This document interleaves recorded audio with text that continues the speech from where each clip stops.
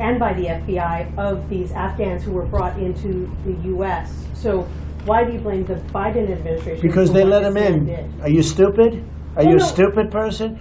While the worst congressman/woman in our country, Ilhan Omar, always wrapped in her swaddling hijab and who probably came into the U.S. illegally, in that you are not allowed to marry your brother. And we're back, y'all. Thank you for watching today. Go ahead and hit that like button, my peep-out. You know that helps us out a ton. And of course, it helps you because it helps us keep bringing you these stories every day. Now, y'all, various different things have come together to drive Donald Trump up the wall this Thanksgiving weekend. And it looks like he's ready to go all out scorched earth against different immigrant communities in the United States, those that he considers to be from the third world. If you remember our reporting across the country, basically over the past several months, the Somali immigrants in Minnesota have racked up hundreds of millions, if not billions of dollars of fraudulent gains that they have taken from the Minnesota and U.S. taxpayer. And that made national headlines, and it continues to make national headlines. And Donald Trump has said he's going to take away the protected status of Somalis in the country. That amounts to about, I believe, 700 or 800 people. And he's also looking to get rid of green cards for Somalis, but not just Somalis, because you also know that just a few days ago, there was an attack in Washington, D.C. by an Afghan. I believe he's a resident. If he's not a resident, he was a visa holder. That's kind of still up in the air as to his legal status. But he did come into the country with permission at some point. Whether he continues to retain that permission or not is unclear to me at this point. But so he's looking to also say, hey, Afghans, y'all are on the chopping block as well. And there are a total of just under 20 different countries that Donald Trump's looking to say, look, y'all got to go. Somalia is one of them. Afghanistan is one of them. Venezuela, Cuba, and other countries. So you're going to see that list here on this program. And you're also going to see that Donald Trump he's signaling that Ilhan Omar, your girl. You're looking at her on your screen. She's not feeding a future. She's feeding the phantoms, y'all. Because as we know now, $200 to $300 million were given. Where are the children? Do y'all see any children on your screen? Just take a look at the screen. Do you actually see? We see food, we see workers. We don't see any children. That's because they weren't feeding children. They were feeding their own pockets. Donald Trump, he's signaling to his people that he wants your girl. He wants her gone. He wants her out of the United States. Now, does he use those words? You'll see exactly what he said. But you know how Donald Trump sends his messages, y'all. He gets on he gets on Truth Social. He gets on Twitter, X, if you will, and he just lets it be known that certain people are a problem. So we're going to look at that as well, y'all. So without further ado, let's go ahead and hop right into it. But before we do, y'all, we are launching our official Patreon. So if you want to be a founding member on our Patreon, we have just 222 slots, y'all. If you want to be a founding member, go down, click the very first link in the description, and you're going to feel good about this, y'all, because believe it or not, we are an actual paralegal school, and we help people get their paralegal certificate and get working in the paralegal field. And all of the proceeds from our Patreon, when you enroll as a founding member, all of that is going to go to scholarships for people who would like to study at our institute, y'all. So click that first link down in the description. Join us as a founding member, y'all. This deal will not come back. Now let's get into the story. Breaking overnight, the ambush-style shooting of National Guard troops in Washington, D.C. has taken another tragic turn. One of those Guard members has died, the other still fighting for his life. President Trump announcing that 20-year-old Army Specialist Sarah Beckstrom died from her injuries on Thanksgiving. He called her an incredible person who was outstanding in every way. New images from overnight of law enforcement officers lining the streets for the transfer of her body. Beckstrom's former boyfriend spoke to CNN and said she had a huge heart and would do anything for anyone. The other wounded Guard member, a 24-year-old Andrew Wolf, remains hospitalized and is in critical condition. We're Also learning more about the suspect in custody, a 29-year-old Afghan national. He arrived in the United States in 2021 on a resettlement program after working with the CIA in Afghanistan, helping American troops. President Trump, in the wake of the shooting, says the U.S. will, quote, permanently pause migration from all third world countries. He also says the U.S. will re-examine all green cards issued to people from what the administration calls 19 countries of concern. He went cuckoo. I mean, he went nuts. And that happens too. It happens too often with these people. You see them. But look, this is how they come in. This is how they're standing on top of each other. And that's an airplane. There was no vetting or anything. They came in unvetted. And we have a lot of others in this country. We're going to get them out. But they go cuckoo. Something happens to them. Now, within hours of this shooting, the president moved to justify an even more intense immigration crackdown. The director of United States Citizenship and Immigration Services announced that at the president's direction, he was ordering the re-examination of all green cards issued to people from countries of concern. That includes about 19 countries, including Afghanistan, Iran, Venezuela, among many others. The president last night also calling for what he described as reverse migration. In a lengthy post to social media, he wrote, quote, "I will permanently pause migration from all third world countries and remove anyone who is not a net asset to the United States." We have, of course, asked the White House and State Department for clarity on what countries that would impact. Now, in this one really intense exchange, one of the reporters there asking Donald Trump questions, she asked him a question that he thinks is, how should we say, estúpido. Stupid. Maybe he actually thinks she might be stupid. I mean, he actually says that to her face, y'all. I think Donald he's fed up. I think Donald Trump is fed up, y'all. One thing about him is, unlike other previous presidents, y'all, and politicians, Donald Trump seems to be very much affected when somebody gets killed. When somebody dies, he just doesn't have tolerance for that. Even one person, when you're talking about 2s and 3s or 8s, Donald Trump, he's like a regular person in that sense, where we're like, yo, somebody died. Where typical politicians, they're kind of more like, yeah, that's just part of this whole thing. But Donald Trump, he doesn't like that, and he's gonna let you know. Happy Thanksgiving. Thank you. A question about this tragic shooting in Washington, D.C.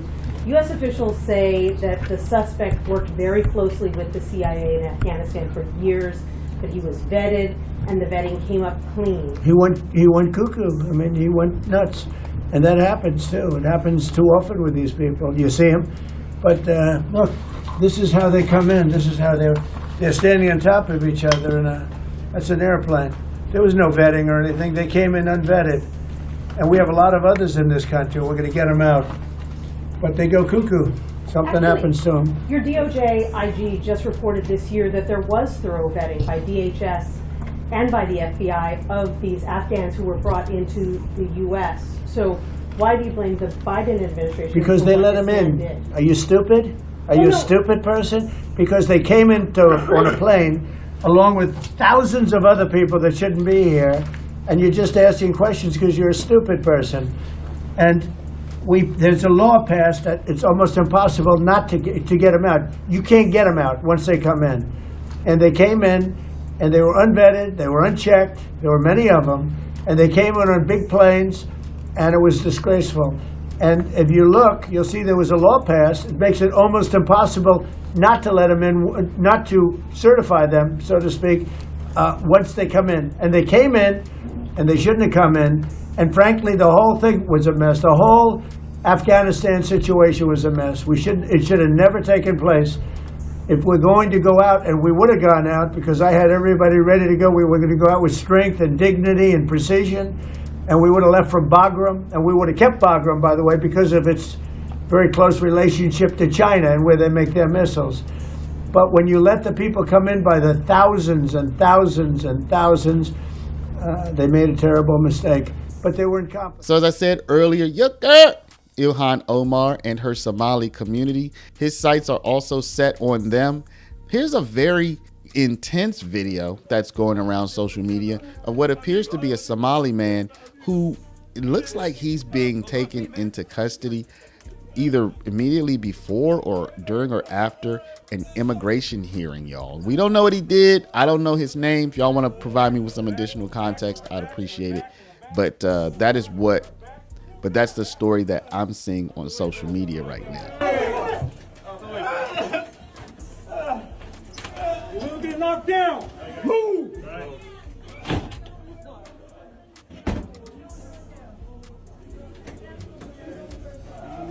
And of course, the Somali community in general is a target of Donald Trump after all of the fraud and stealing. I mean, so that's one thing. That's one thing that, you know, sometimes you don't want to single out a group, but that's the people who are doing it. You know, not only them, but primarily them. The fraud and stealing in Minnesota was being done by Somali people. So it is what it is, right? Donald Trump's like, well, y'all got to go, man. We want you out the country now. That's his perspective on it. And it looks like he wants Ilhan Omar gone.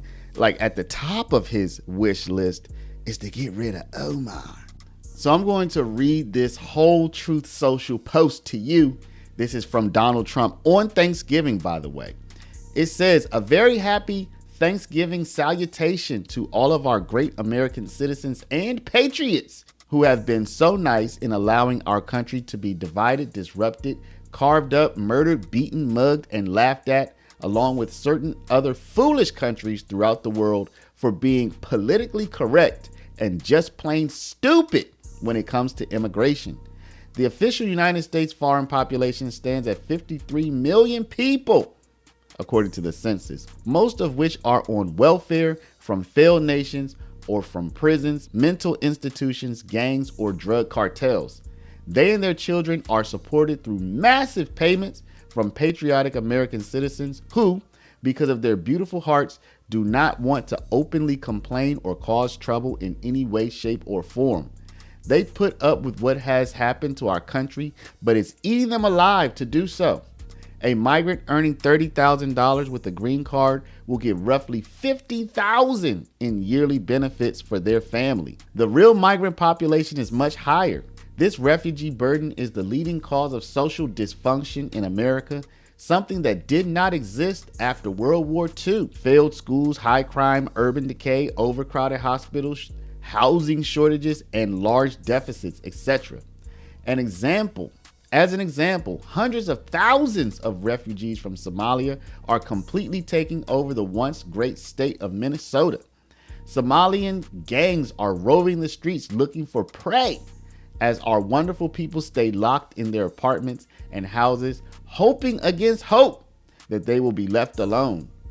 The seriously retarded, y'all, I'm reading what the tweet says here. Governor of Minnesota, Tim Walz, does nothing, either through fear, incompetence, or both, while the worst congressman/woman in our country, Ilhan Omar, always wrapped in her swaddling hijab and who probably came into the U.S. illegally, in that you are not allowed to marry your brother, does nothing but hatefully complain about our country, its constitution, and how badly she is treated, when her place of origin is a decadent, backward, and crime-ridden nation, which is essentially not even a country for lack of government, military, police, schools, etc.